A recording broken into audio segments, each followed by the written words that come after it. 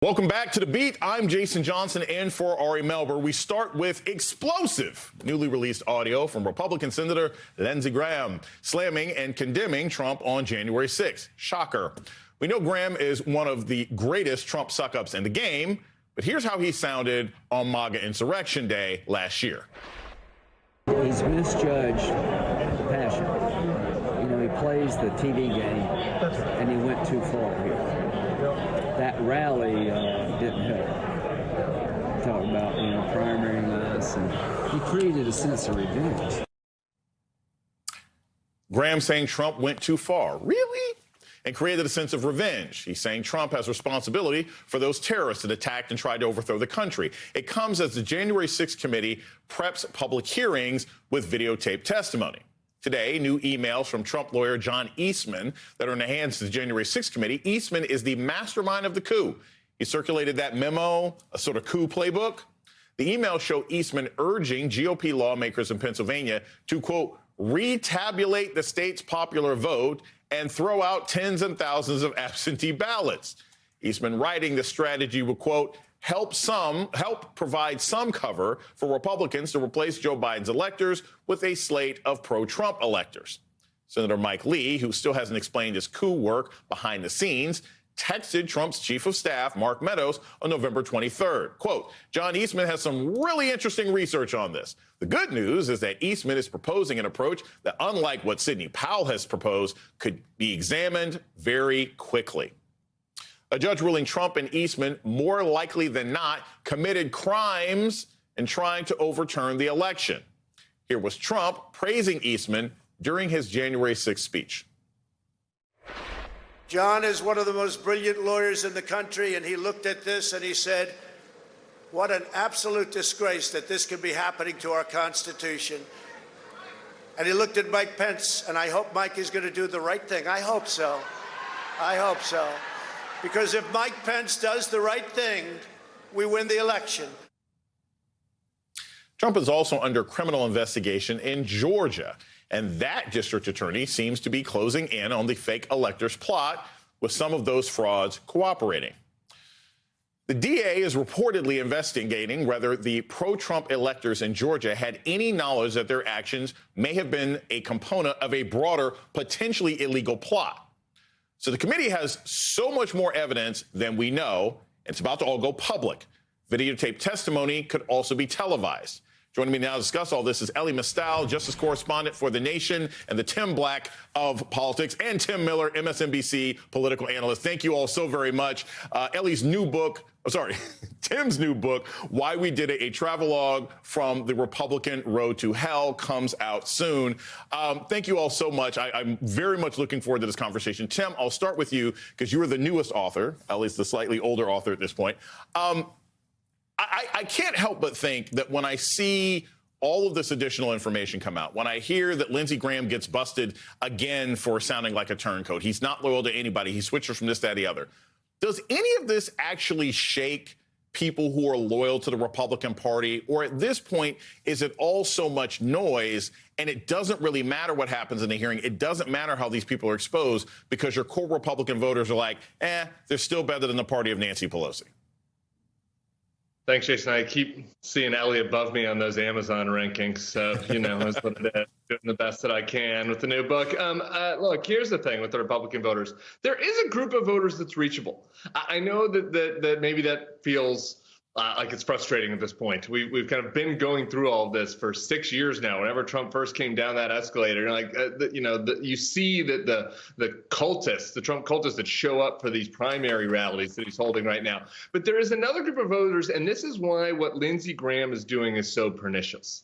Because Lindsey Graham, the Wall Street editorial board, people like Mark Esper, they can get through to Republican voters who are kind of ready to move on for Trump in private, but they just get bought into the demonization of the far left.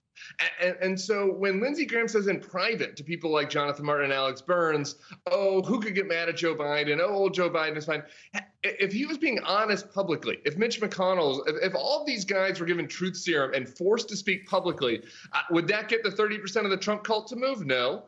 but that would reach this 3-4% of Republican voters that are absolutely necessary for these critical elections and critical issues that face our country. And so that's why, to me, it's the Lindsey Graham's, the lying that he does is more pernicious, more damaging than your authentic MAGAs and the stuff that they're spreading that's more extreme. I can only imagine what Lindsey Graham would sound like if he was forced to take truth serum. I don't know that we'd be able to talk about that too much. Ellie, I want to start with you. I want to play some audio here of what Lindsey Graham was saying, some additional audio of him sort of revealing that not only does he not believe in most of what he's promoting, but he actually has some deeper doubts as well. Get your thoughts on the other side. And what this does, is there'll be a rallying effect for a while where the country says we're better than this. And Biden will help that, right? Yeah, totally. He'll be maybe the best person to have, right? I mean, how bad can you get it, Joe Biden? So he's basically saying this terrible terrorist attack is going to be a net positive for Joe Biden and for the Democratic Party, but has spent the last year talking about how it wasn't really a terrorist attack and everybody was being silly. Ellie, what does this say, not just about the nature of Lindsey Graham as a particular politician, but all the other Republican politicians who are pretty much parroting the same line?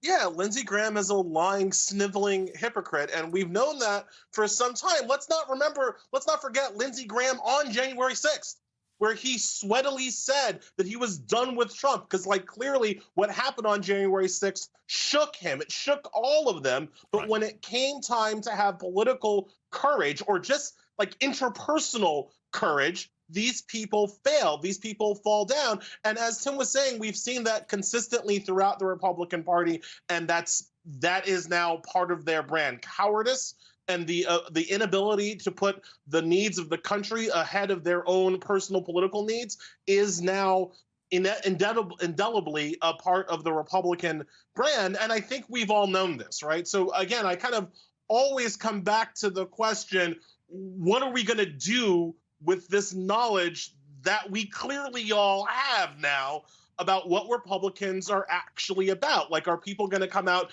and vote like that? Are people going to come out, or is the media going to cover these people like that? It always blows my mind that having just literal taped evidence that Lindsey Graham lies all the time, tomorrow there will be some journalist who sticks a microphone in Lindsey Graham's face and then reports what he says as if that's not a lie.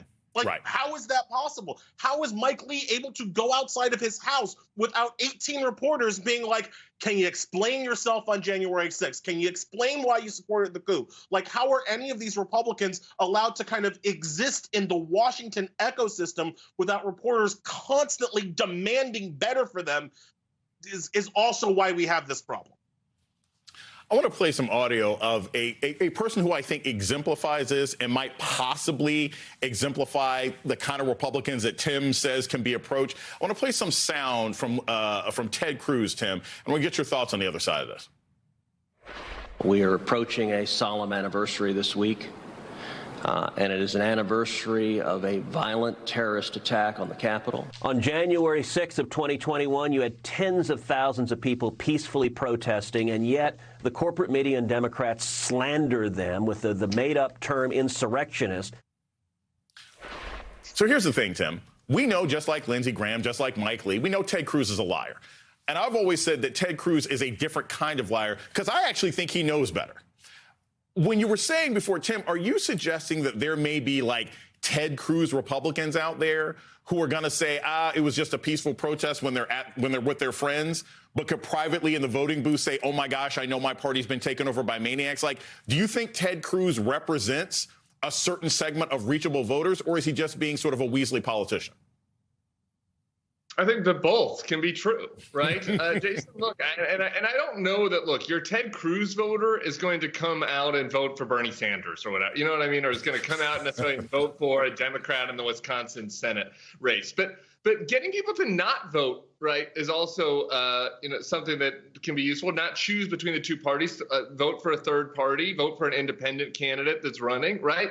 And this was important in 2020 when we were working for Republican voters against Trump. What we were trying to do was get to people who maybe were authentic Christian evangelical conservatives who are grossed out by Trump and grossed out by all these lies. And it made them feel bad about their faith and their principles.